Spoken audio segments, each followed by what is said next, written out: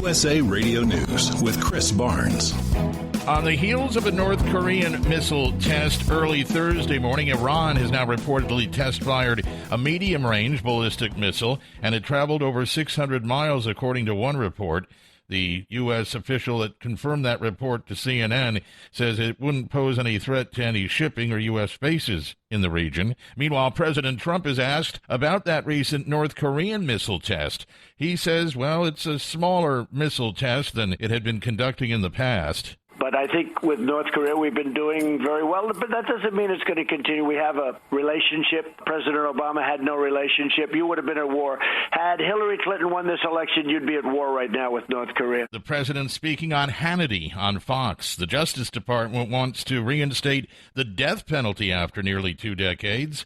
And this is USA Radio News. Legislatively, we're a step closer to not having to worry about another government shutdown anytime soon, as we hear from USA Radio's Robin Walensky. On Capitol Hill, the House approves a budget and debt limit deal before lawmakers go out on vacation. Without objection, the motion to reconsider is laid on the table. The measure lasts through 2021, which means after the next general election. The vote 284 to 149, all but 16 Democrats voted for it, 132 Republicans voting against it, even though President Trump supported it. And that bill now heads to the Senate. Immigration officials say a record 61,000 unaccompanied migrant kids have crossed the southern border since just last October.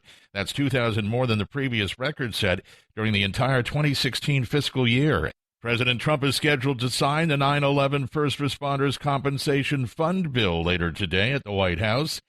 And you're listening to USA Radio News. For the first time, there is at least one woman on every S&P 500 company's board of directors. Online auction website Copart naming Diane Moorfield as one of its directors earlier this week. It was the last of the nation's top 500 companies to have an all-male board. It became the last one when TripAdvisor appointed 2 women to its board in March. S&P Global Market Intelligence claiming that 56% of the firms on the index have at least 3 female directors, a 19% increase from 3 years ago. A University of Mississippi fraternity suspending 3 of its students who posed with weapons in front of a memorial sign to Emmett Till that had bullet holes in it, the sign marking the spot where Till's body was recovered in 1955. The 14-year-old Chicago boy was visiting family in Mississippi when a gang of white men abducted, tortured, and ultimately murdered him. One of the men in the photo is holding a shotgun, a second holding an AR-15 semi-automatic rifle, and it appears the third is not holding a weapon. And President Trump is blasting Sweden after officers there decided to press assault charges against rapper A$AP Rocky.